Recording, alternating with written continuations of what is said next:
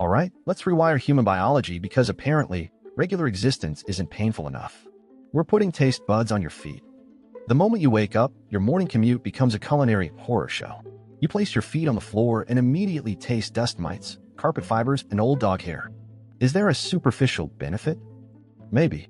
You could become a very efficient, albeit disgusting, sommelier by stomping grapes barefoot. Notes of leather, berries, and athlete's foot fungus.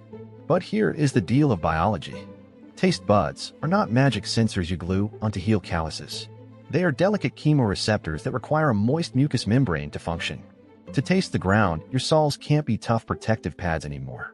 They have to physically become tongues. Big, floppy, wet foot tongues. Now, have you ever bitten your tongue? Imagine walking on that bite. Every step is agonizing. You are pressing roughly 150 pounds or 68 kilograms of body weight directly onto highly sensitive, exposed nerve endings with every stride. Shoes are no longer protection. They are torture chambers. Putting a sock on a mucous membrane would feel like wrapping your tongue in sandpaper.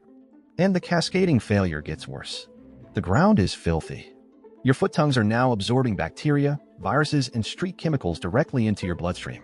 Walking on summer asphalt at 140 degrees Fahrenheit or 60 degrees Celsius for Europeans wouldn't just burn you. You'd literally be cooking your own sensory organs medium well. The survival odds of the human race drop to zero because we're all rolling on the floor screaming as we all stepped on a Lego with our tongues. This is why evolution separates church and state. Your mouth is a high-maintenance indoor cat protected by teeth. Your feet are biological monster trucks designed to crush rocks. Mixing them doesn't give you superpowers. It gives you immediate septicemia. Nobody asked for this video, but thank you for watching anyway. Stay curious, stay weird, and I'll see you in the next question.